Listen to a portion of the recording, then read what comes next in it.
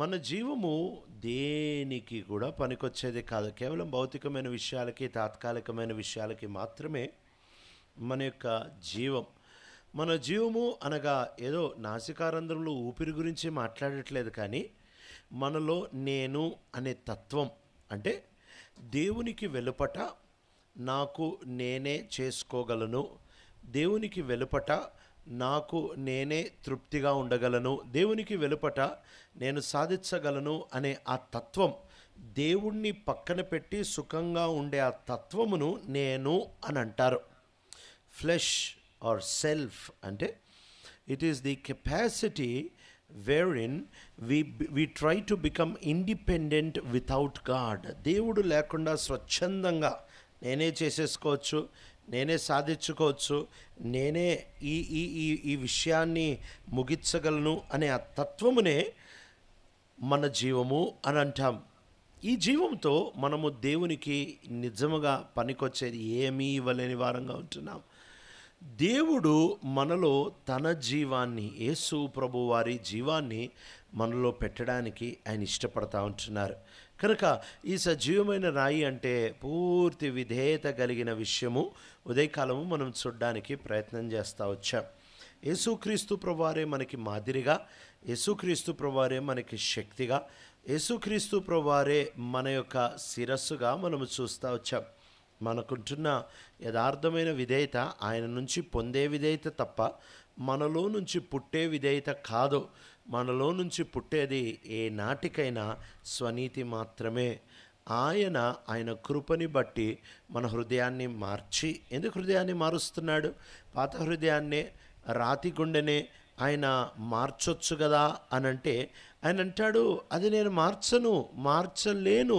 ఆ పాత గుండె మార్చడానికి కుదరదు, అది ఘోరమైన వ్యాధి కలిగింది, దాన్ని ఎవరు గ్రహించగలరు? ఇంగ్లీష్ బైబిల్ అయితే heart is deceitful among all and beyond cure, అంటే ఇక దానికి చికిత్సే లేదు, అంత పాడైపోయిన హృదయం మనలో ఉంది.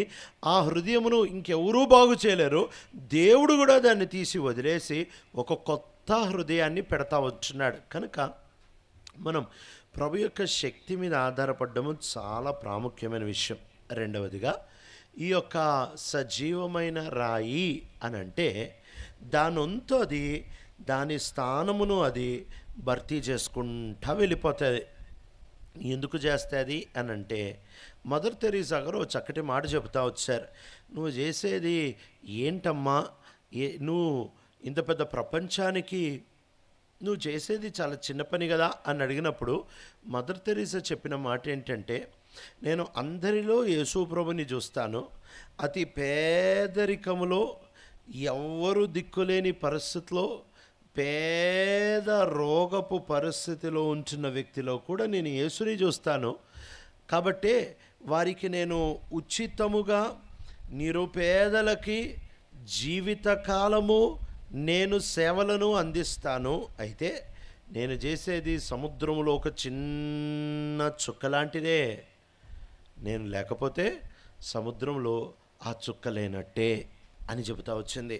అంటే తాను ఎవరో గుర్తుపడతా వచ్చింది, తాను ఎంతో గుర్తుపడతా వచ్చింది. మదర్ తెరీసా లాంటి అద్భుతమైన పరిచర్య చేసే ఆమె సముద్రంలో ఒక చుక్క, కానీ సముద్రంలో మదర్ తెరీసా లేకపోతే ఆ చుక్క లేనట్టే కదా. మన జీవితాల్లో ఏ రోజైతే ప్రభువుని మనము, లేక ప్రభువు మనల్ని రక్షిస్తూ వస్తాడో ఆ దినము నుంచి మనకంటూ ఒక ఖచ్చితమైన స్థానం ఉంది. సంఘం నీకెంత అవసరమో నువ్వు కూడా సంఘానికి అంతే అవసరము. సంఘం నీకెంత అవసరమో నువ్వు కూడా సంఘానికి అంతే అవసరము. ఈ రోజుల్లో చాలాసార్లు మనము కేవలము సంఘము దగ్గర నుంచి ఏం పొందుదామా, ఏమి నేర్చుకుందామా, వెళ్ళిపోదాము అని అనుకుంటున్నాము తప్ప మనం చేయవలసిన బాధ్యత ఒకటి ఉంది, మనము నెరవేర్చాల్సిన పని ఒకటి ఉంది. మనము కూడా ఖచ్చితంగా సంఘము యొక్క పరిచర్యలో ముందు కొనసాగడానికి మనకంటూ ఒక పాలు ఉంది అనే సంగతిని మనం ఎన్నడూ మరిచిపోకూడదు. అందుకే అపోస్తలుడైన పేతురు ఇక్కడ యేసుక్రీస్తు ప్రభువారి దగ్గర నుంచి మనము పొందుతా వచ్చిన స్వాస్థ్యం గురించి మాట్లాడుతూ ఆయన 3 విషయాలు ప్రస్తావిస్తాడు. వద్దాం.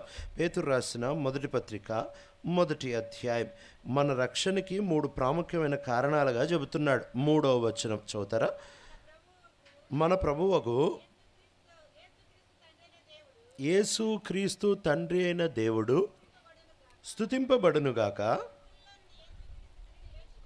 మృతులలో నుండి యేసు క్రీస్తు తిరిగి లేచుట వలన జీవముతో కూడిన నిరీక్షణ మనకు కలుగునట్లు, అనగా అక్షయమైనదియు నిర్మలమైనదియు వాడబారదునైన స్వాస్యము మనకు కలుగునట్లు ఆయన తన విశేష కనికరము చొప్పున మనలను మరలా జన్మింపచేసెను. అంటే తెలుగులో చాలా కలిసి ఉన్నట్టున్నాయి, అయితే తూకిగా అలా చెబుతా ముందుకు వెళ్ళిపోతాను. ఎప్పుడైతే మనము కిందకి 7వ వచనానికి వస్తామో, విశ్వాసము వలన అనే మాటని ఆయన వాడుతూ ఉంటున్నాడు. విశ్వాసమును బట్టి. ఆ తర్వాత 23వ వచనంలో మనం చూసినట్లయితే దేవుని వాక్యమును బట్టి, 19వ వచనంలో రక్తమును బట్టి. ఈ 3 మాటలు గుర్తుపెట్టుకోండి. 1 విశ్వాసమును బట్టి మనం రక్షించబడ్డాం. 2 యేసు ప్రభువు రక్తమును బట్టి రక్షించబడ్డాం. 3 వాక్యము బట్టి రక్షించబడ్డాం. ఈ 3 వాడేటప్పుడు ఆయన మూడిట్లో ఒకే పదజాలను వాడుతూ ఉంటాడు. అక్షయమైన అనే పదాలు వాడుతూ ఉంటాడు. యేసుక్రీస్తు ప్రభువారు ఆయన రక్తమును బట్టి మనల్ని కొని, ఆయన వాక్యము ద్వారా మనలను ప్రత్యేకపరిచి విశ్వాసములో మనలను రక్షిస్తూ వచ్చారు. మనకి ఒక అద్భుతమైన స్వాస్యాన్ని పెడతా ఉంటున్నాడు. ఇక్కడ దేవుడు కడతా ఉంటున్న ఆ అద్భుతమైన, అంటే అలంకార భాష వాడుతూ ఉంటున్నారు, దేవుడు కడతా ఉంటున్న ఆ ఆత్మీయమైన మందిరములో నీ బాధ్యతని నువ్వెప్పుడు నెరవేర్చగలవు అనంటే, ఇక్కడ నువ్వు నమ్మకస్తుడుగా ఉన్నప్పుడే అక్కడ నువ్వు నీ పనిని నెరవేర్చగలవు.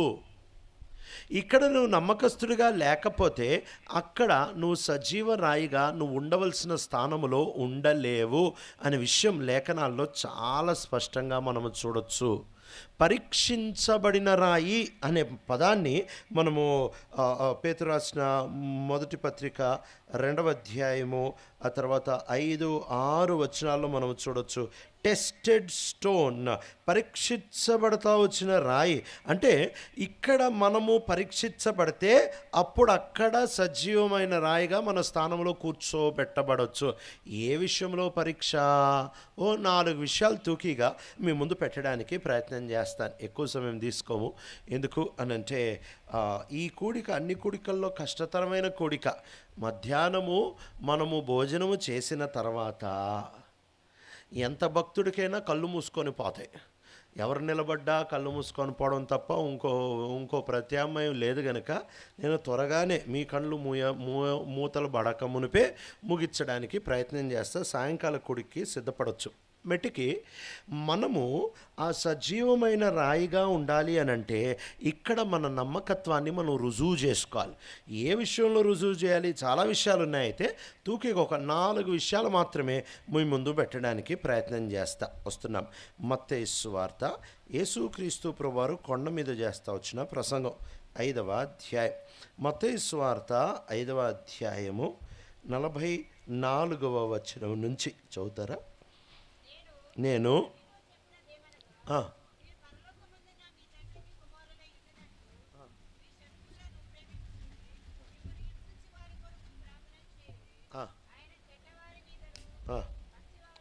ఆయన చెడ్డవారి మీదను మంచివారి మీదను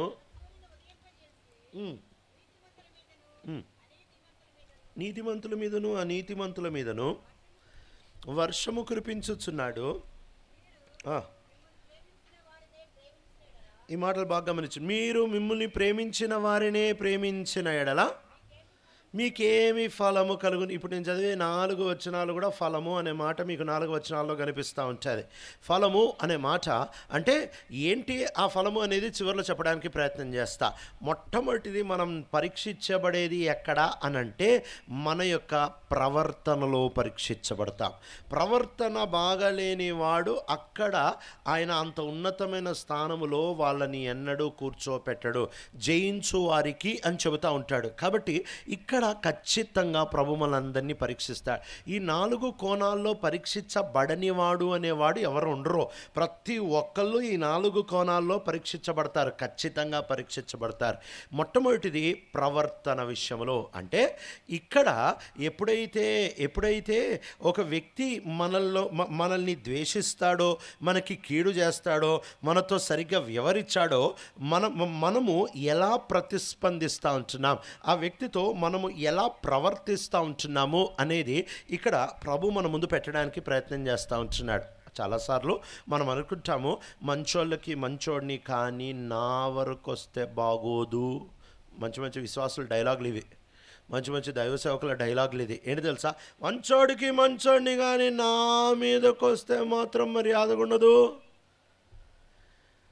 ఆ మాట పలికిన ప్రతిసారి మనం పరీక్షలో ఓడిపోతున్నామని, ఆ దినాన్న పరీక్ష దాటిన తర్వాత సజీవమైన రాయిగా మనం ఉండలేము అనే సంగతి మనం మర్చిపోతూ ఉంటున్నాం కదా. ఈనాటు ఆ పరీక్షని మనం దాటాలి. ప్రవర్తన పరీక్ష అంటే ఏంటి తెలుసా? ఎదుటివాడు ఎలా ఉన్నా, ఏం చేసినా, ఎలాంటి పరిస్థితి అయినా నేను మాత్రం ఒకేలాగా ఉంటాను. యోసేపు దీనికి నిలువెత్తటి సాదృశ్యంగా పాత నిబంధనలో మనం చూడొచ్చు. యోసేపు తన అన్నలు తన దగ్గరికి వచ్చినప్పుడు వారితో చెబుతూ ఉంటున్న మాట, మీరు దయచేసి ఒకరితో ఒకళ్ళు గొడవాడొద్దు, మర్యాదగా పోండి. మీరు ఏదైతే చేయాలనుకున్నారో దీని వెనకాల దేవుడు పని చేశాడు. మీరు నాకు కీడు చేయనుద్దేశించారైతే నేను మాత్రం మీకు మేలే చేస్తాను. మీరేమన్నా చేసుకోండి, నేను మాత్రం మీకు మేలే చేస్తాను. జర్మనీ దేశంలో వెస్ట్ జర్మనీ, ఈస్ట్ జర్మనీ అంటే వెస్ట్ ఈస్ట్ ఏమంటారు, పడమట తూర్పు జర్మనీ, పడమట జర్మనీ వీళ్ళిద్దరికీ పడేది కాదు, ఎప్పుడు కొట్లాడుకునే వాళ్ళు. అందుకే మధ్యలో పెద్ద గోడ కట్టారు, బర్లిన్ వాల్ అంటారు. పెద్ద గోడ కట్టేశారు, ఇటువైపు వాళ్ళకి ఇటువైపు పడరు. ఒకవైపు జర్మనీ వాళ్ళు ఏం చేశారంటే కోపం ఎక్కువేసి, ఎదుటోడి మీద బాగా కోపం ఎక్కువైపోయి వాళ్ళ దేశంలో ఉంటున్న రోత, చెత్త, పనికిమాలిన వస్తువులని గంపల్లో తెచ్చి ఆ పెద్ద గోడకి ఇట్నుంచి అవతల చెత్తంతా వేసేశారు. చెత్తంతా వేస్తే ఇటువైపు జర్మనీ వాళ్ళు ఏం చేశారంటే వాళ్ళ ఊరంతా తిరిగి మంచి వస్తువులు, బిస్కెట్లు, చాక్లెట్లు, మంచి బహుమానాలు అన్నీ గంపల్లో తీసుకొని అటునుంచి ఇటేసారంట. వీడికి ఇంకా ఒళ్ళు మండింది. ఏందిరా మేము ఇది వేస్తే మీరు అది వేస్తారని పెద్ద గేట్ ఉంటే ఆ గేట్కి ఇటువైపు వాళ్ళు వచ్చి, ఎరా మీకేమైంది, మేము మా ఊర్లో ఉంటున్న చెత్త, రోత, పనికిమాలిన అన్ని విషయాలు వేస్తే మీరేంద్రా మంచి వెతున్నారు అని అంటే, అటువైపు వాళ్ళు అన్నారంట, మీ దగ్గరే ఉందో ఇచ్చారు, మా దగ్గరే ఉందో అదే ఇచ్చామన్నారు. మన దగ్గర ఏముందో అదే ఇస్తాం, నీ దగ్గర లేనిది ఎప్పుడు ఇవ్వలేవు. యేసు ప్రభువారు దీన్ని అర్థమయ్యే భాషలో చెప్పారు, మంచి చెట్టు చెడ్డ ఫలం ఇవ్వదు, చెడ్డ చెట్టు మంచి ఫలం ఇవ్వనేరదు. ఒక్క చెడ్డ ఫలం ఉన్నా దాని అర్థం లోపల చెడ్డ చెట్టు అని, ఒక్క మంచి ఫలం ఉన్నా దాని అర్థం లోపల మంచి చెట్టు అని. అది ఇది ఇవ్వడానికి కుదరదు. ఒకవేళ మామిడికాయ చెట్టే ఉందనుకున్నావు, తీపి మామిడికాయల చెట్టు, ఆ మామిడికాయ చెట్టు దగ్గరికి ఓ సేవకుడు మీటింగులు చేసి సువార్త చేసి బాగా అలసిపోయి ఆ చెట్టును చూసి, ఈ మామిడికాయ తిందామని చెప్పి చెట్టు దగ్గరికి వచ్చి రాయి తీసుకొని పైకి కొట్టాడు. మామిడికాయ చెట్టు ఆయనకు ఒక చక్కటి తీపి మామిడికాయ ఇచ్చింది. తిని చాలా సంతోషించాడు. ఊరోళ్ళు చూసి మామిడికాయ చెట్టుని భలే అభినందించారు. ఇది జరిగిందో లేదో ఓ 2 గంటలకి ఒకడు బాగా తాగి అప్పుడప్పుడే ఒకడిని చంపి, ఒళ్ళంతా అప్పటికే రక్తం, ఒకడిని చంపి తాగిన మైకుల్లో తూగుతా వచ్చాడు. ఆ చెట్టు కిందకి వచ్చి రాయి తీసుకొని చెట్టుకి వేసి కొట్టాడు. మామిడికాయ చెట్టు ఆయనకు కూడా ఒక మంచి మామిడికాయ ఇచ్చింది. ఊరోళ్ళకి నచ్చలే. ఏం మామిడికాయ చెట్టు, ఆ పాస్టర్ గారికి ఇచ్చావు బాగానే ఉంది, కానీ ఈ నరహంతకుడికి, ఈ తాగుబోతుడికి నువ్వెందుకు మామిడికాయ ఇచ్చావు అని అంటే, మామిడి చెట్టు అంటదంట, నాకు ఇంకో కాయ రాదు, ఇదొకటే వచ్చు, ఆడెవడన్నా కానిగాక రాయి కొడితే నేను మామిడికాయ ఇస్తా. ఆ మామిడికాయ చెట్టు స్థానంలో ఒక విశ్వాసిగా నిన్ను నువ్వు పెట్టుకోగలవా అనేదే ప్రశ్న. రాయి మన మీద పడితే గ్రానైట్లు వెళ్ళిపోతాయి మన దగ్గర నుంచి. ఎదిటోడు మాట అంటే మన దగ్గర నుంచి వర్షమే. ఇక ఎదిటోడు గనక ఒక్క ఎత్తేసాడంటే ఇక మనం వేసే జిత్తులకి వాడు ఊరేసుకొని చచ్చిపోవాలి. మనం విశ్వాసులము, బోర్డు బాగుంది కానీ మ్యాటర్ బాగాలేదు. చెట్టు పేరు మాత్రం బాగుంది, బయటకు మాత్రం సున్నం కొట్టి పేరు ప్రభు నన్ను నిద్రిస్తున్నారు అని బాగానే రాశారు. కానీ లోపల చూస్తేనే కుళ్ళు, లోపల చూస్తేనే ఎముకలు క్షీణించిపోయి ఉన్నాయి. ఈరోజు నీ ప్రవర్తన అనేది చాలా ప్రాముఖ్యమైన పరీక్ష. నీ ప్రవర్తన అనేది నీ ఆత్మీయ జీవితం యొక్క కనిపించే పరీక్ష అని ఎప్పుడు మర్చిపోవద్దు. అది కూడా ఎలాంటి ప్రవర్తన? నువ్వు నీ ఇంట్లో వాళ్ళతో ప్రవర్తించే ప్రవర్తన. బయట ప్రవర్తన ఎప్పుడూ నమ్మొద్దు, అది యాక్షనే. ఇంట్లో నుంచి అడుగు బయట పెట్టంగానే డైరెక్టర్ అంటాడు కదా 1 2 3 కట్ అని, స్టార్ట్ యాక్షన్. ఇక యాక్షన్ స్టార్టే. తారాస్తాయి అంటే మీటింగుల్లో అందుకుంటుంది. ఇక మామూలు గుణదు. ఒకవేళ ఇక్కడే భోజనాలు పెట్టారనుకోండి, నువ్వు ప్లేట్ పట్టుకొని లైన్లో నిలబడితే ఒక పెద్ద ఆంటీ నీ వెనకాల వచ్చారు. వస్తే అయ్యో ఆంటీ మీరు వెళ్ళండి ఆంటీ, పర్వాలేదు, వద్దు నాన్న పర్లేదు ఆంటీ మీరు వెళ్ళండి. ఇంకో ముసలి ఆంటీ అవును కూడా, ఓ అబ్బా ఇంటికాడ చూడాలి. ఒకవేళ గనక మనకి పడాల్సిన ముక్క అమ్మమ్మకి పడితే, ముసల్దానా పోతావు ఇంకొన్ని రోజులేదు నీకెందుకో. మన ప్రవర్తన చూడాలి అని అంటే ఇంట్లో, బయట అంత యాక్షన్ అండి. బయట జీవితాన్ని నమ్మొద్దు. నేను నా జీవితంలో అనుభవంతో నేర్చుకున్న ఏంటంటే, మందిరాల్లో ఎవడిని నమ్మను, అన్ని ఇంట్లో చూస్తే నమ్ముతా. అది కూడా భార్య భర్త గురించి సాక్ష్యం ఇస్తేనే, భర్త భార్య గురించి సాక్ష్యం ఇస్తేనే నమ్మేది, లేకపోతే యాక్షనే. యాక్షన్ లేని ఏకైక స్థలం మన ఇల్లు. అక్కడే యథార్థంగా బతుకుతాము, ఉన్నది ఉన్నట్టు మాట్లాడేస్తాం, ఉన్నది ఉన్నట్టు ప్రవర్తిస్తాం. ఆ నీ ప్రవర్తన అనేది పరీక్షించబడుతుంది అనే మాట గుర్తుపెట్టుకో. అందుకే ఆయన అంటున్నాడు, ఒకవేళ గనక నీ ప్రవర్తన నిన్ను ప్రేమించు వారిని ప్రేమిస్తే నీకేం ఫలం కలుగుతుంది?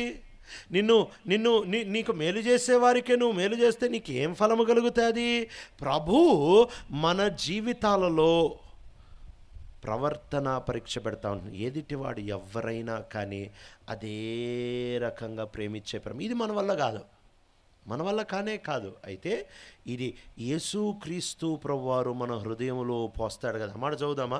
రోమిలికి రాసిన పత్రిక 5వ అధ్యాయము 5వ వచనం. రోమిలికి రాసిన పత్రిక 5వ అధ్యాయము 5వ వచనం చదువుతారా? ఎందుకనగా ఈ నిరీక్షణ మనలను సిగ్గుపరచదు,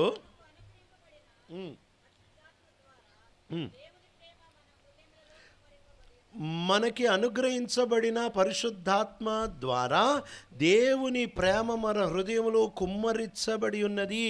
అంటే ఈ ప్రేమని మనలో పోసేది ఎవరు అని అంటే పరిశుద్ధాత్మ దేవుడు పోస్తున్నాడు.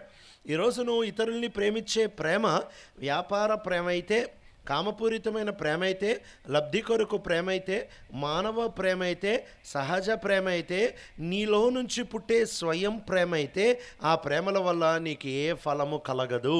అయితే నువ్వెప్పుడైతే దేవుడు నీ హృదయంలో పోసే ఆ ప్రేమ అంటే శాశ్వతమైన పరిశుద్ధాత్మ దేవుడు పోసే ప్రేమ, పరిశుద్ధాత్మ దేవుడు అనుగ్రహించే మొదటి ఫలమే ప్రేమ. ఈ ప్రేమతో ఎప్పుడైతే నువ్వు ప్రేమిస్తావో నీ ప్రేమకి రుజువేంటో తెలుసా? ఎదిటోడు ఎవడైనా ఒకేలాగా ప్రేమిస్తావు. పాస్టర్ రాయి కొట్టినా మామిడికాయే, నరహంతకుడు తాగుబోతు రాయిగొచ్చిన మామిడికాయే. ఎవడికి తగిన శాస్తి వాడికి చేయవు. కానీ ఎవరు ఎట్లున్నా కానీ ఒకే రకంగా ప్రతిస్పందిస్తావు. యేసుక్రీస్తు ప్రభువారు ఈ మాట చెప్పడమే కాదు, ఆయన చెప్పింది ప్రతిదీ చేశాడు, ఆయన చేసిన ప్రతిదీ చెప్పాడు. యేసుక్రీస్తు ప్రభువారిని సిలువ వేస్తూ ఉంటున్నప్పుడు ఆయనని తీసుకొని పోవడానికి గెత్సెమనే వనంలోకి వచ్చి ఆయనను పట్టుకొని పోవడానికి వెళ్ళేటప్పుడు మాల్కు చెవు ఎప్పుడైతే గురిలేని బేస్తవాడైన ఎప్పుడైనా పేతురు కోసేస్తా వచ్చాడో ఈయన నన్ను పట్టుకొని పోతాడని తెలిసి కూడా చెవి అతికిచ్చాడు, చెవి బాగు చేశాడట. ఆయనను సిలువ వేయడానికి తీసుకొని వెళ్తా ఉంటున్నప్పుడు ఆయన వారి కొరకు, తన నొప్పి కొరకు ప్రార్థన చేసినట్టు మనం చూడం, కానీ వారి క్షమాపణ కొరకై ప్రార్థన చేస్తూ వచ్చాడంట. తండ్రి, వీరు ఏం చేయించున్నారు, వీరు ఎరగరు, వీరిని క్షమించు. తండ్రి క్షమాపణ కొరకై ప్రార్థన చేస్తూ ఉంటున్నాడు. సెలువు మీద వేలాడుతూ ఉంటున్నప్పుడు తనని దూషించిన దొంగ, మత్తయి 27:44 ఇద్దరు దొంగలు ఆయన దూషించారని రాయబడి ఉంటుంది. తనను దూషించిన దొంగ కొద్దిసేపటికి మారి, అయ్యా నీ రాజ్యంలో నన్ను జ్ఞాపకం చేసుకో అన్నప్పుడు, ఇప్పటి వరకు తిట్టావు కదా, ఇప్పుడు మారావా అని అనలేదు. నేడే నీవు నాతో కూడా పరదేశులో ఉందువు అని అన్నాడు. ఫలం ఏంటి అక్కడ? నేడు కాదు ఫలం, పరదేశు కాదు ఫలం. ఆ ఫలం యొక్క తారాస్థాయి ఏంటంటే నాతో, యేసయ్యతో ఉండడం అసలు ఆశీర్వాదం. పరదేశు కాదు, ఈరోజు కాదు, ఆయనతో ఉంటే చాలు. సిలువ వేసే వాళ్ళని ఆశీర్వదించాడు, సిలువ మీద ఉంటున్న దూషించిన దొంగని ఆశీర్వదించాడు, ఆయనని పొడిచి ఆయనని నానా రకాల హింసలు పెట్టిన శతాధిపతిని ఆశీర్వదించి ఆయన హృదయంలో కూడా ఉప్పుకొలు పుట్టిస్తూ వచ్చాడు. అంతేకాకుండా సిలువని ఇష్టం లేకుండా బలవంతంగా మోయడానికి బలవంత పెట్టబడిన కురేనీయుడైన సీమోను హృదయంలో కార్యం చేసి ఆయనను ఒక ప్రవక్తగా, ఆయన ఒక పెద్దగా, ఆయన ఒక ఉపదేశకుడిగా మార్చి అపోస్తులు 13 మొదటి 2 వచనాలు సంఘం, అంత్యోక సంఘంలో పెద్దగా చేశాడే. ఎంత మంచి దేవుడు! తనని హింసిస్తూ ఉంటున్న సౌలుని పట్టుకొని ఆయన తన సాక్షిగా చేసుకున్నాడు కదా. ఎంత ప్రేమ కలిగిన దేవుడు! ఎదుటి వాడు ఎట్లా ఉన్నా యేసు ఒకే రకంగా ప్రేమించగలడు. ఇది మానవుడికి అసాధ్యం. ఇలాంటి ప్రవర్తన ఆయన మన దగ్గర నుంచి కోరుతూ ఉంటున్నాడు. ఇలాంటి ప్రవర్తన మార్పు కలిగిన వాడు మాత్రమే అక్కడ ఫలం, అంటే అక్కడ సజీవమైన రాయిగా మార్చబడగలదు. ఒకవేళ కనుక ఇక్కడ నీ ప్రవర్తన ఎవడికి తగినట్టు మారిపోతూ ఉంటే, ఊసరవెల్లిలాగా మారిపోతూ ఉంటే, ఏ ఎండక గొడుగు పడతా ఉంటే, అక్కడ నిన్ను దేవుడు నమ్మజాలడు. మొదటి పరీక్ష నీ ప్రవర్తన పరీక్ష. ఒంటరిగా ఉన్నప్పుడు ఏం చేస్తావో అదే నీ యథార్థమైన వ్యక్తిత్వం. అందరూ ఉండేటప్పుడు నువ్వు రాత్రింబవళ్ళు బైబిల్ పట్టుకొని ప్రార్థన చేస్తావేమో, అది యాక్షనే. ఎవరు ఇంట్లో లేనప్పుడు నువ్వు ఒంటరిగా ఫోన్ పెట్టుకొని ఉంటావు కదా, ఎవరు ఇంట్లో లేనప్పుడు, ఎవరు నువ్వు చూడనప్పుడు నువ్వు ఇంటర్నెట్ ఓపెన్ చేస్తావు కదా, ఎవరూ నీ మీద దృష్టి పెట్టినప్పుడు, అసలు ఇంట్లో ఎవరు లేక నువ్వు ఒక్కడవే తలుపులు వేసుకొని రాత్రి ఇంట్లో ఉన్నప్పుడు ఆలోచించే ఆలోచనలు ఏవైతే ఉన్నావు కదా, అదే నీ ఒరిజినల్, అదే నీ అసలు సిసలైన నువ్వు, అదే. మిగిలిందంతా యాక్షనే. మోసపోబాకు. నీ ప్రవర్తన ఆయన చూస్తూ ఉంటున్నాడు. ఇక్కడ ప్రవర్తన లేనివాడు, ఇక్కడ ప్రవర్తన బాగలేనివాడు, ఎదుటి వ్యక్తిని బట్టి మారిపోయేవాడు, ఎదుటివాడు వీడికి ఏమి చేస్తాడో వీడు తగినదే ఇచ్చేవాడు, ఇక వాడిని నమ్మి ఆయన సజీవరాయిగా ఎలా చేయగలడు? పరీక్షించబడిన రాయది. మనం కూడా పరీక్షించబడిన వారమైతేనే ఆ యేసు క్రీస్తు ప్రభుపై మనము కట్టబడగలము. ప్రవర్తన పరీక్ష. అక్క వాళ్ళకైతే ఇంట్లో అత్త కోడళ్ళే అసలైన పరీక్ష. ఇంట్లో బహుశా చక్కగా మాట్లాడుకుంటారేమో, ప్రైజ్లాడమ్మా, ప్రైజ్లాడత్తయ్యా, కాఫీ కావాలా, టీ కావాలా, మనసులో ముసలిది సావట్లేదేంటి? బయటికి మాత్రము బా ఎన్ని మాటలు. ఈ కోడలమ్మ వాళ్ళమ్మతో మాట్లాడేటప్పుడు ఈ అత్తయ్య గురించి ఏం చెప్తున్నారు, అదే ఒరిజినల్. ఇళ్ళల్లో మన ప్రవర్తన వడిగడితే, మన ప్రవర్తన ఒకవేళ గనక త్రాసులో పెట్టి తోస్తే ఎక్కడికి వెళ్ళిపోతాం? మనం సజీవమైన రాయి గురించి మాట్లాడుతున్నాం. దీనికి చిన్న పరీక్ష నీ ఇంట్లోనే. నీ ఇంట్లో అత్త మామల సంబంధము, నీ ఇంట్లో అత్త కోడళ్ళ సంబంధము, నీ ఇంట్లో ఉంటున్న తల్లిదండ్రుల పిల్లల సంబంధము, నీ ఇంట్లో ఉంటున్న భార్యాభర్తల సంబంధం, ఇవేనండి నిజమైన పరీక్షలు. ఈ ప్రవర్తన పరీక్షలో నెగ్గాలి అంటే ఎదుటివాడు ఎవరైనా ఏం చేసినా ఎట్లాంటోడినైనా ప్రభా నువ్వు ప్రేమించినట్టు ప్రేమించాలి. ఇది మొదటి పరీక్ష, సజీవమైన రాయవడానికి. రెండవ పరీక్ష 6వ అధ్యాయానికి వస్తున్నాం. మత్తయి సువార్త 6వ అధ్యాయము 3-4 వచనాలు చదువుతారా? నీవైతే ధర్మము చేయనప్పుడు నీ ధర్మము రహస్యముగా ఉండు నిమిత్తము నీ కుడి చేయి చేయునది నీ ఎడమ చేయికి తెలియకుండా వలెను. అట్లయితే రహస్యమందు చూచు నీ తండ్రి నీకు ప్రతిఫలం ఇచ్చును. ఏం చెప్తా ఉంటున్నారంటే రహస్యమును చూచే నీ తండ్రి నీకు ప్రతిఫలం ఇచ్చును. ఏం చూస్తున్నాడు ఈయన అనంటే, నువ్వు రహస్యంగా ఇష్టపూర్తిగా లెక్కలు లేకుండా ఎంత ఇస్తున్నావు. నీ ప్రతి రూపాయి, నీ చేతిలో దేవుడు పెట్టిన ప్రతి రూపాయి ఒక పరీక్ష అని గుర్తుపెట్టుకో. దేవుడు నీకు ఇచ్చిన ధనం, దేవుడు నీకు ఇచ్చిన డబ్బు ఒక అద్భుతమైన పరీక్ష. నీ డబ్బుని కేవలం నీ భోగాల కొరకే, నీ డబ్బుని కేవలం నీ ఇష్టాల కొరకే, నీ డబ్బుని కేవలం నీ స్వకీయ కోరికలకు కొరకు మాత్రమే వాడితే, ఓ భక్తుడిలా సెలవిస్తా వచ్చాడు, ఒకవేళ నీ అంత ఆదాయమే ఉండి ఇంకొకడు అనుభవించే సుఖ విలాసాలని నువ్వు అనుభవించగలిగితే దేవుని ఎదుట నిలబడలేవు అని రాశాడు. అంటే ఒకవేళ నాకు ఒక 50,000 జీతం, ఇంకో వ్యక్తికి కూడా 50,000 జీతం ఉంది, వేరే వాడు చేయగలిగిన ప్రతి పని నేను కూడా చేయగలిగితే దేవుని ఎదుట నిలబడలేను. నేను ఎంత ఇచ్చేయాలి అని అంటే 50,000 లైఫ్ స్టైల్ బతకలేక 20,000 లైఫ్ స్టైల్ని మాత్రమే బతకగలిగి ఉండాలి. 50,000 సుఖ విలాసాలు అనుభవించలేక 20,000 సుఖ విలాసాలు ఎందుకయ్యా నువ్వు ఇంత తక్కువ ఉంటున్నా, నా దగ్గర లేవండి, ఎక్కడ పోయా అంటే ఇచ్చేసా. నీ దగ్గర ఉంచిన రూపాయి నువ్వు అద్భుతముగా ప్రభువు కొరకు, ప్రభు పని కొరకు, కానీ ఇక్కడ రాసేది ప్రభు పని గురించి కాదు, అక్కర్లో ఉండేవారి కొరకు. ప్రభు పని కొరకు ఇచ్చేటప్పుడు ఈ దినాల్లో నిదానంగా మనలో కూడా ఈ బయట ఎగిరే పురుగు నిదానంగా మనల్ని కూడా కరిసింది. ఏం పురుగు అని అంటే, ఇచ్చేటప్పుడు నిదానంగా పేరు ఏంటంటే, ఒకవేళ స్థలం గనక మనం ఇచ్చామనుకో, స్థలం మేమేనండి ఇచ్చింది, ఫ్యాన్లు మేమేనండి పెట్టించింది, స్తంభాలు మేమేనండి పోయిచ్చింది. ఓ రోజు మందిరానికి వెళ్ళా, 32 స్తంభాలు, పెద్ద పెద్ద పిల్లర్లు, ఫ్లైఓవర్ కడుతున్నారా మందిరం కడుతున్నారా అని డౌట్ వచ్చింది, అంత పెద్ద పెద్ద పిల్లర్లు. ఇక ఆడికి వెళ్ళిన తర్వాత అక్కడ ఉంటున్న సంఘ పెద్ద గారు నాకు మందిరం అంతా చూపించి ఓ పిల్లర్ దగ్గరకు వచ్చేటప్పటికి, ఈ పిల్లర్ మాదేనండి అన్నాడు.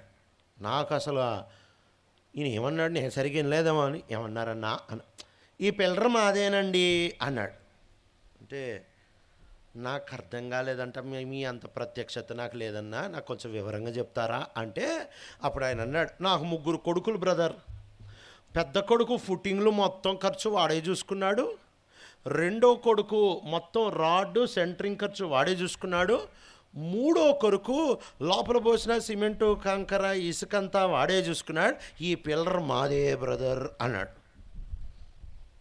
వెంటనే చూసన్నా, మనకు నోరు ముందే ఆగదు, వెంటనే చూసన్నా, మీదైతే మీ ఇంట్లో పెట్టకపోయారా, ఏడెందుకు పెట్టారు, ఏడకొచ్చిన తర్వాత అది నీది కాదు,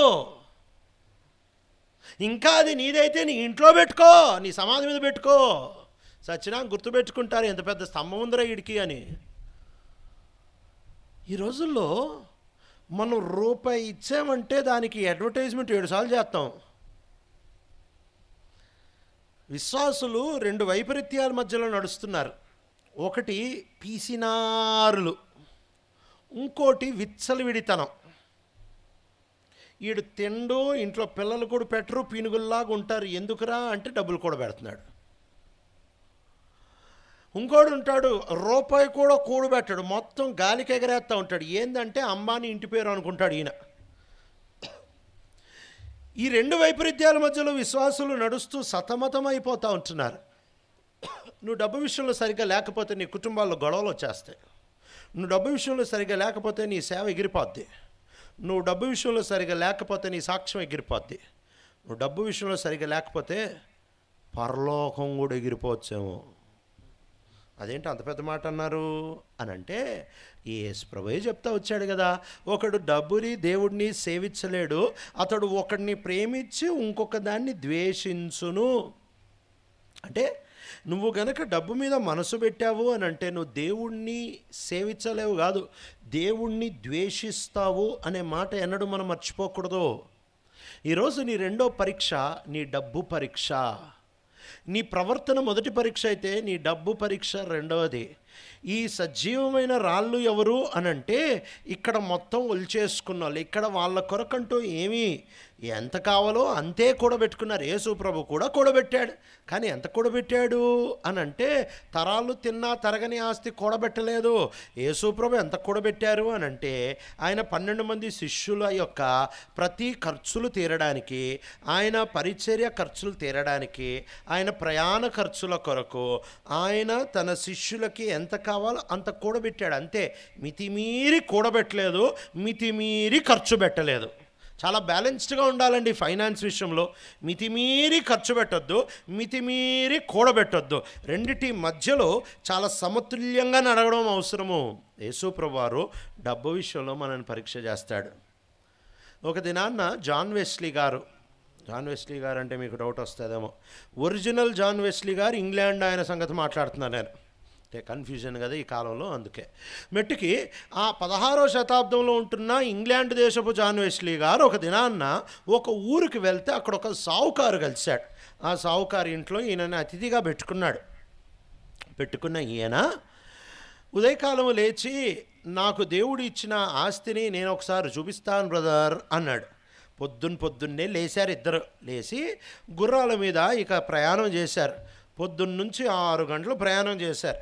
6 గంటల దూరం వచ్చిన తర్వాత ఆ సావుకారు ఈయనను చూసి అన్నాడంట, ఇప్పుడు వచ్చిన 6 గంటల దూరం ఈ ఆస్తంతా నాదే, ఇంకా 3 గంటలు వెళ్తే అదంతా నాదే అని అన్నాడంట. ఈయన ఏమనుకున్నాడంటే జాన్ వెస్లీ గారు ఈయనకు భలే మర్యాద ఇస్తాడు, జాన్ వెస్లీ గారు ఈయన చాలా గొప్ప అనుకుంటాడు, జాన్ వెస్లీ గారు నువ్వు చాలా గ్రేట్ బ్రదర్ అని నన్ను చాలా పైకెత్తుతాడేమో అని అనుకున్నాడు. ఇద్దరు ఇంటికి వచ్చిన తర్వాత కూర్చున్న తర్వాత టీ తాగేటప్పుడు జాన్ వెస్లీ గారు నోట్లోంచి వచ్చిన మొదటి మాట ఆయనను చూసి అడిగిన ప్రశ్న ఏంటంటే, బ్రదర్ మీకు కొంచెం ఆస్తి ఎక్కువే ఉన్నట్టుందిగా, యేసయ్య ఒకవేళ మొత్తం వదిలేసుకోమంటే ఆయన కోసం మీకు కష్టం అనిపిస్తుందేమో అన్నాడట. ఈయనకు నోరు కాలిపోయింది. అబ్బా ఎంత పెద్ద మాట కదా, అంత ధనవంతునితో 9 గంటలు గుర్రపు సవారీ చేస్తే ఎంత దూరమో అంత దూరం ఆస్తి కలిగిన ఆయనతో ఈయన అడుగుతూ ఉంటున్న ప్రశ్న ఏంటంటే, యేసయ్య ఒకవేళ గనక నిన్ను మొత్తం ఆయన పని కొరకు వదులుకోమంటే మీకు కొంచెం కష్టం అనిపిస్తుందేమో కదా బ్రదర్. కష్టం తర్వాత సంగతి, అసలు ఆ మాట అంటే గుండె ఆగిపోదు, బైపాస్లో అయిపోవు. ఈరోజు డబ్బు మీద నీ పట్టు అనేది నువ్వు అసలు సజీవమైన రాయిగా బతకగలవా, అసలు నువ్వు అర్హుడువా కాదా అనేది నిర్ణయించేస్తుంది. ఎందుకు అని అంటే డబ్బు మీద బాగా పట్టుండేవాడు డబ్బునే భరోసా చేసుకొని బతుకుతాడు. డబ్బుని కూడబెట్టుకోవడమే వాని ఆనందము. డబ్బుని వెనకబెట్టుకున్న వీడు ఏ నాటికి ప్రభువు కొరకు సమస్తాన్ని వదులుకోలేని దౌర్భాగ్య స్థితిలో బ్రతుకుతున్న వీడు ఇక సజీవమైన రాయిగా ఎక్కడి నుంచి ఆయన జీవం ఎందుకు పోస్తాడు? వీడిలో డబ్బు జీవం ప్రవహిస్తూ ఉంది, వీడిలో డబ్బు భరోసా ప్రవహిస్తూ ఉంది, వీనిలో డబ్బు ప్రేమ ప్రవహిస్తూ ఉంది. అలాంటి వానిలో క్రీస్తు జీవం ఎక్కడి నుంచి పెడతాడు? యేసు క్రీస్తు ప్రభువారు ఎన్నో పొరపాట్లు కలిగి, ఎన్నో రకాలుగా పడిపోయి, ఎన్నో రకాలుగా బొంకి, ఎన్నో రకాలుగా దూరం అయిపోయిన 11 మంది జీవితాలని బాగు చేసి తన జీవాన్ని పోస్తూ వచ్చాడు. కానీ ఒక యూదా ఇస్కరియోతు దగ్గరకు వచ్చేటప్పటికి నీ బతుకు బాగుపడదు. ఎందుకు అనంటే డబ్బుని నన్ను కలిసి ఎవడు ప్రేమించలేడు, డబ్బుని నన్ను కలిసి ఎవడు సేవించలేడు, డబ్బుని నన్ను రెండిటి దృష్టిలో ఎవడు నెగ్గలేడు, ఇక నీ జీవితం అటే అని చెప్పి వదిలేశాడు. మిగిలిన వాళ్ళందరూ పడ్డారు, 11 మంది పడ్డారు, కానీ డబ్బు విషయంలో పడలే. ఇది చాలా ప్రమాదకరము. చెప్పే నేను, వినే మీరు అందరూ ఈ కాలు జారు స్థలంలోనే నడుస్తున్నాం కనుక బహు జాగ్రత్తగా నడవాలి. ఎన్ని సంవత్సరాలు జాగ్రత్తగా ఉంటే సచ్చేటప్పుడు జాగ్రత్తగా లేకపోతే మొత్తం ఎత్తిపోయిన కథే కదా. ఈరోజు డబ్బు విషయంలో ప్రభు ఏదన్నా వదులుకో, ఇచ్చేసే, పోగొట్టుకో అన్నప్పుడు కష్టం అనిపిస్తుందా? 10 సార్లు లెక్కలే బుద్ధేస్తుందా? కొంతమంది భలే లెక్కలేస్తారు. అంటే ఇక 33,169 వాడి జీతం అంటే ఇక దానికి దశంభాగం లోటుతో లెక్కారు. క్యాల్కులేటర్ తీసి మరి లెక్కేస్తారు. అచ్చంగా క్యాల్కులేటర్ ఎంత చెప్తే అది అంతే. ఆ తర్వాత పక్కోడు ఎంత ఆకలితో ఉన్నా, ఎంత అక్కరతో ఉన్నా, బ్రదర్ మీకోసం మేము ప్రార్థన చేస్తాం బ్రదర్. దేనికా ప్రార్థన? నీ ప్రార్థనకి నువ్వు జవాబు అవ్వడానికి ఇష్టపడకపోతే నీ ప్రార్థన వ్యర్థము. ఈ మాట గమనించండి. నీ ప్రార్థనకి నువ్వే జవాబు అవ్వడానికి ఇష్టపడకపోతే నీ ప్రార్థన వ్యర్థము.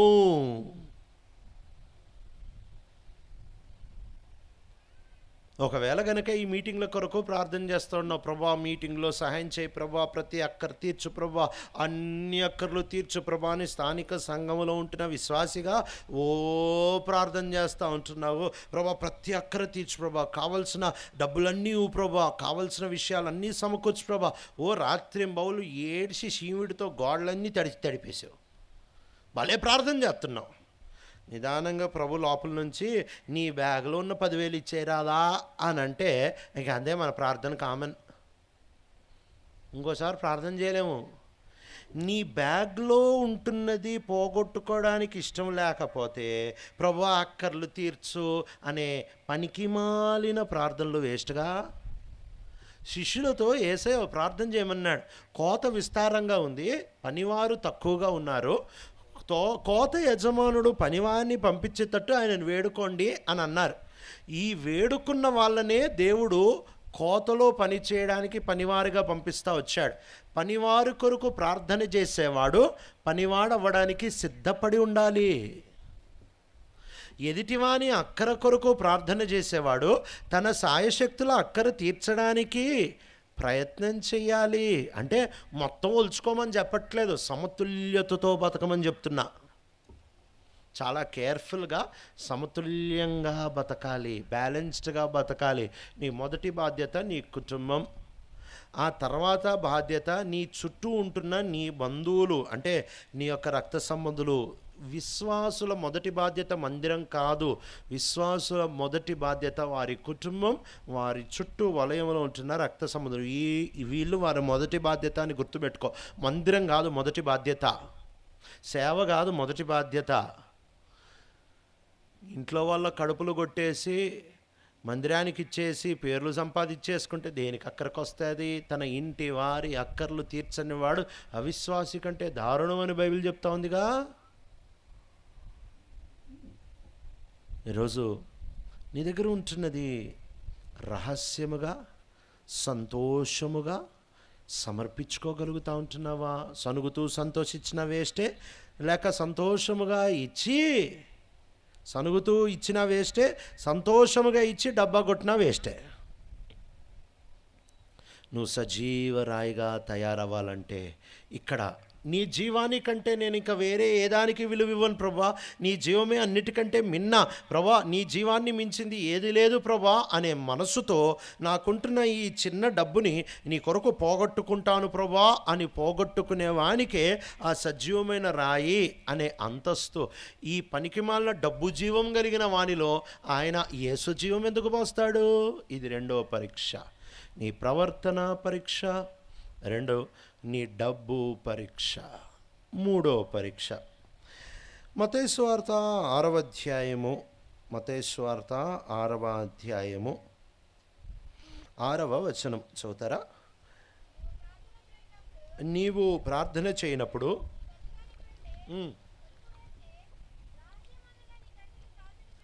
నీవు గదిలోనికి వెళ్ళి తలుపు వేసి రహస్యమందున్న మీ తండ్రికి ప్రార్థన చేయము. అప్పుడు రహస్యమందు చూచు నీ తండ్రి మీకు ప్రతిఫలం ఇచ్చును. ప్రతిఫలం, ఫలం అనే పదాలు చూపిస్తున్నాము కదా. సరే, ఇది మూడవ ప్రతిఫలం ఏంటి అని అంటే నీ సమయము యొక్క పరీక్ష, నీ ప్రవర్తన పరీక్ష, నీ డబ్బు పరీక్ష, నీ సమయము పరీక్ష. నీ సమయమును ఎలా వెచ్చిస్తూ ఉంటున్నావు? నీ సమయాన్ని ఎక్కడ పెట్టుబడి పెడతా ఉంటున్నావు? నీ సమయాన్ని ప్రార్థనలో పెట్టగలుగుతున్నావా?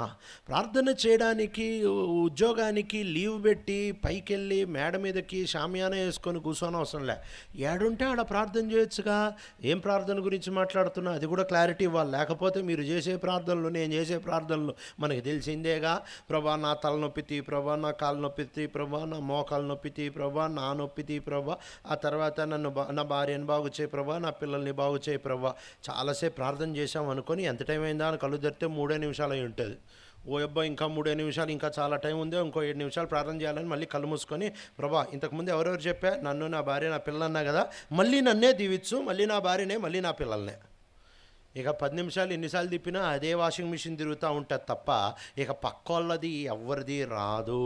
ఇలాంటి పనికిమాలిన ప్రార్థనల గురించి మాట్లాడట్లేదు. నేను మాట్లాడే ప్రార్థన ఏంటి అని అంటే, యేసు ప్రభువారే చెప్పారు ఎలాంటి ప్రార్థన. కింద ఆయన చెబుతూ ఉంటున్నాడు, పరలోకమందున్న మా తండ్రి, నీ నామం పరిశుద్ధపరచబడనుగాక, నీ రాజ్యం వచ్చునుగాక, నీ చిత్తము పరలోకమందు జరిగిన ప్రకారం భూమి మీద జరుగునుగాక. నేను ఒక యవనస్తున్న ఒక రోజు ఒక చర్చికి తీసుకెళ్ళా, మెథడిస్ట్ చర్చ్కి. మా వైపు మెథడిస్ట్ చర్చిలు ఎక్కువ ఉంటాయి.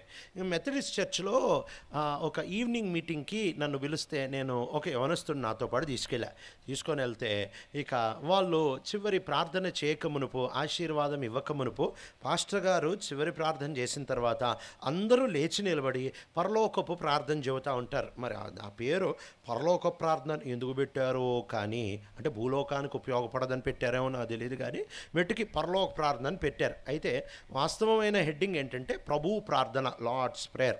సరే, ఇక అందరూ లేచి నిలబడి ఈ పరలోకపు ప్రార్థన చెబుతూ ఉంటే ఇంకా వీడొక్కడే మన సహవాసం నుంచి మన మందిరం పిల్లోడు కాబట్టి వీడొక్కడే వాళ్ళందరినీ చూసి వీళ్ళు పెద్ద అక్రమం చేస్తున్నారు, వీళ్ళు దుర్మార్గులు, ఇట్లాంటి పనికిమాలిన మృతతుల్యమైన ఆచారాల్లో మేము ఇప్పుడు దాటేసాం, మా లెవిలే వేరు అన్నట్టు అందరూ కళ్ళు మూసుకొని భక్తితో ప్రార్థన చేస్తుంటే వీడొక్కడే గుడ్లగోబులా కళ్ళు తెరుచుకొని చుట్టూ చూస్తూ ఉంటున్నాడు దేవుని ముఖం వేసుకొని. అది అయిపోయిన తర్వాత, భోజనం అయిపోయిన తర్వాత వాడితో ఇంటికి వచ్చాడు. ఏరా పరలోక ప్రార్థన నీకు రాదా అంటే, వచ్చన్నా, వీళ్ళు ఇంకా ఆ స్థాయిలో ఉన్నారు, ఇంకా ఆ మాటలన్నీ ఇంకా ప్రార్థన వాళ్ళు ఇచ్చుకుంటున్నారు అని అన్నా. ఒరే, రోజంతట్లో ఒక్క అయోగ్యమైన మాట మాట్లాడవురా నువ్వు? రోజంతట్లో నీ నాలుక మీద అంత నియంత్రణ ఉందా నీకు? అంత నియంత్రణ ఉందంటే నీ గుండెలో కొవ్వు ఉండదురా, నీ గుండెలో అంత కొలెస్ట్రాల్ ఉండదు, అంత గర్వం ఉండదు. ఎన్ని పనికిమాలిన మాటలు మాట్లాడతావు?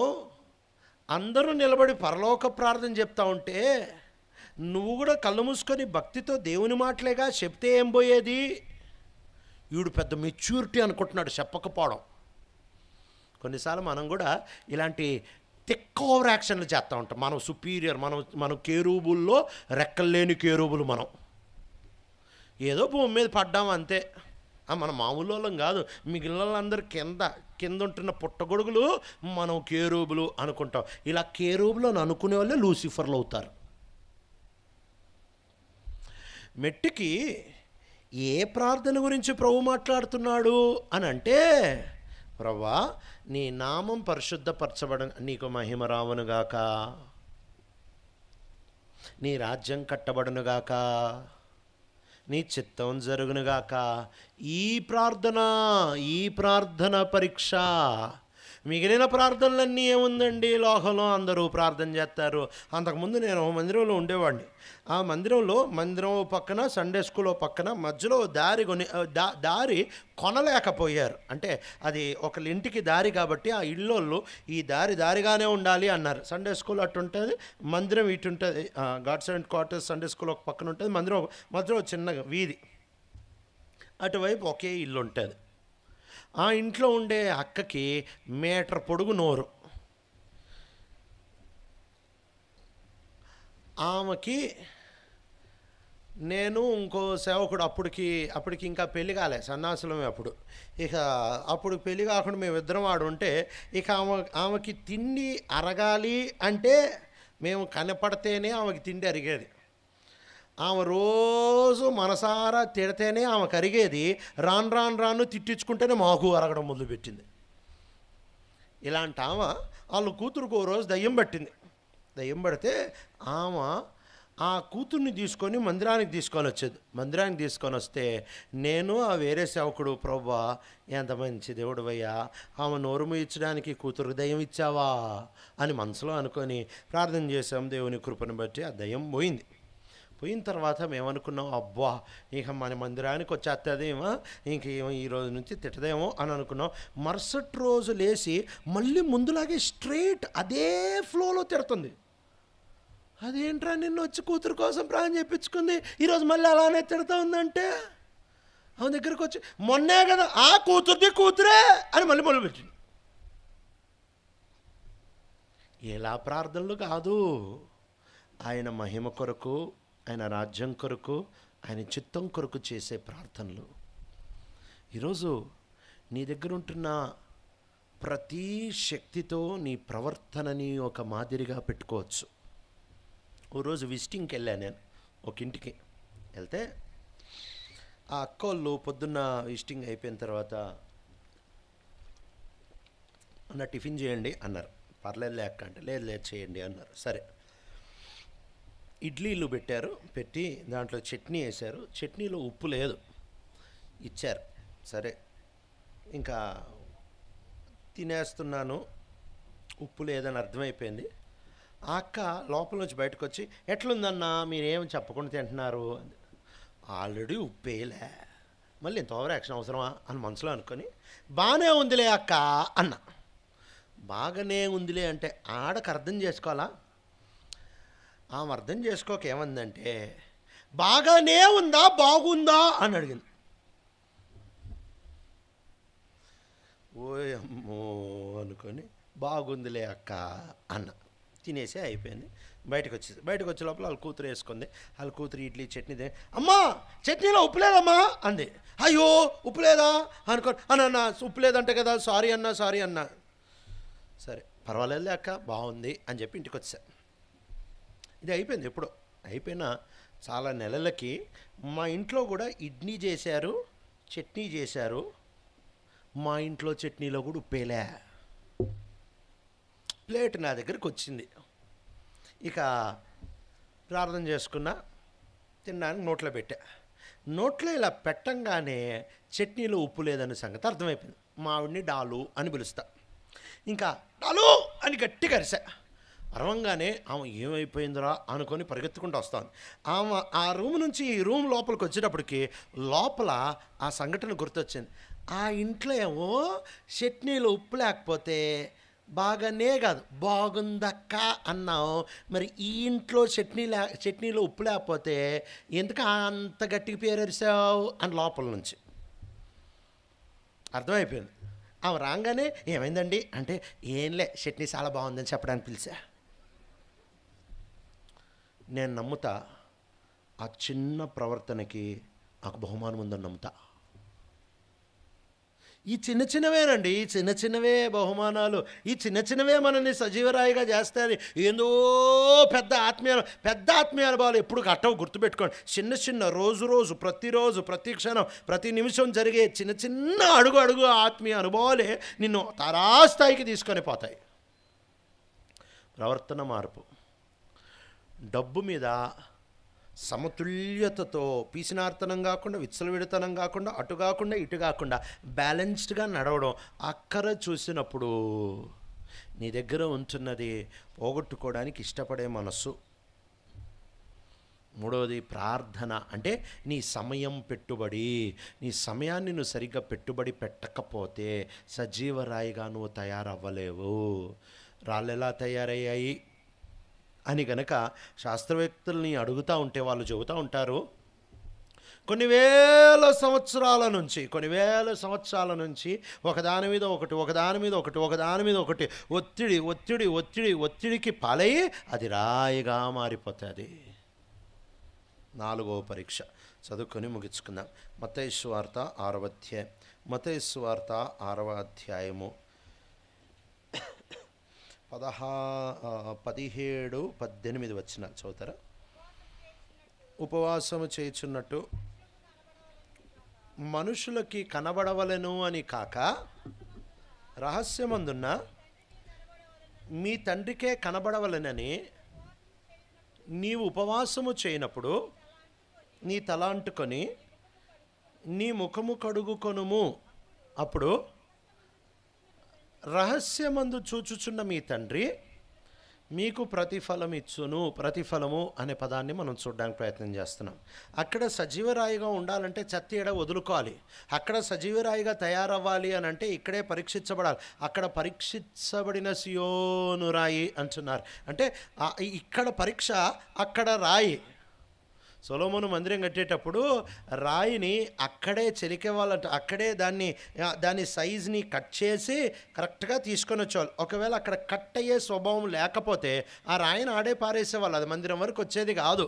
నువ్వు ఏడే పరీక్ష నెగ్గకపోతే ఇక అక్కడ నీకేమి స్థానం లేదు. నిన్ను పెట్టగలిగిన స్థానము అనేది నువ్వు భర్తీ చేయలేవు. ఇక్కడ పరీక్ష నెగ్గాలి. ఏంటా పరీక్ష అనంటే ఉపవాసము అనే పరీక్ష. ఉపవాసము అనే పరీక్ష అనంటే ఉట్టి భోజనపు ఉపవాసమే కాదు. ఏదన్నా ప్రభువు కంటే ఎక్కువగా ప్రేమిస్తే దాన్ని కత్తిరించుకోవడమే, దాన్ని వద్దనుకోవడమే, దాన్ని కాదనుకోవడమే. ఇదే నిజమైన ఉపవాస పరీక్ష. 58 ఏషియాలో ఉపవాసం గురించి రాస్తూ ఉంటాడు. మీరు తర్వాత చదవచ్చు. మెట్టికి మన ఉపవాసము అనేది ఒక అద్భుతమైన పెట్టుబడి. అంటే నువ్వు తినొచ్చు, కానీ ఆయన రాజ్యం కొరకు ఒక ముద్ద తక్కువ చేసుకున్నా అక్కడ సజీవమైన రాయి అవ్వడానికి నువ్వు ఒక అద్భుతమైన మెట్టెక్కినట్టే. ఇలా ప్రవర్తనని మార్చుకొని, ఇలా డబ్బుని ప్రభు కొరకు పోగొట్టుకొని, పేదోళ్ళ కొరకు పోగొట్టుకొని, ఇలా ఆయన రాజ్యం, ఆయన మహిమ, ఆయన చిత్తం కొరకు ప్రార్థన చేసి, ఇలా ఒక పూట భోజనము, ఒక ముద్ద భోజనము ఆయన పని కొరకు తగ్గించుకుంటే నీకు ప్రతిఫలం ప్రతిఫలం ప్రతిఫలం ప్రతిఫలం ప్రతిఫలం అని చెప్పాను. ఏంటా ప్రతిఫలం? ఆ మాట చదువుకుందాం. ప్రకటన గ్రంథం 22వ అధ్యాయం. ప్రకటన గ్రంథం 22వ అధ్యాయము 3, 4, 5 వచనాలు. ఇక మీదట శాపగ్రస్తమైనది ఏదియో దానిలో ఉండదు. దేవుని యొక్కయు గొర్రెపిల్ల యొక్కయు సింహాసనము దానిలో ఉండును. ఆయన దాసులు ఆయనని సేవించుచు ఆయన ముఖదర్శనం చేయుచుందురు. ఆయన నామము వారి నొసల్ల యందుండును. రాత్రి ఇంకెన్నడూనూ ఉండదు.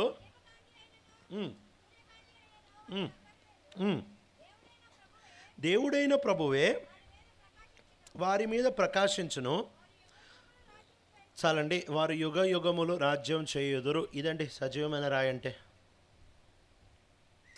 సజీవమైన రాయి అంటే అక్కడ ఈడ పరీక్షించబడి, ఈడ నెగ్గి, ఓకే టెస్టెడ్ ట్రైడ్ అని చెప్పి స్టాంప్ అంటిస్తూ ఉంటారు కదా ఎలక్ట్రానిక్ ప్రోడక్ట్స్ మీద. ఓకే టెస్టెడ్ ట్రైడ్ అని స్టాంప్ వేసేసి నెగ్గాడండి ఈయన పరీక్ష, ఈయన ఇక సజీవరాయిగా పనికొస్తాడు. వీళ్ళు అక్కడికి వెళ్ళినప్పుడు ఎలా ఉంటారు తెలుసా? సేవకులుగా ఉంటారంట. ఈ మాట బాగా వినండి. ఇక్కడ ఉంటున్న దైవ సేవకులందరూ పరలోకంలో దైవ సేవకులు కాకపోవచ్చు. చాలా నొప్పి కలిగించే మాట, కానీ వాస్తవం. ఇక్కడుండే దైవ సేవకులు అందరూ పరలోకంలో దైవ సేవకులు కాకపోవచ్చు. ఇక్కడ సేవకులు అంటే ఇక్కడ సేవకులు కాదు. ఇక్కడ సేవకులు కాని వాళ్ళు అక్కడ సేవకులు అవ్వచ్చు.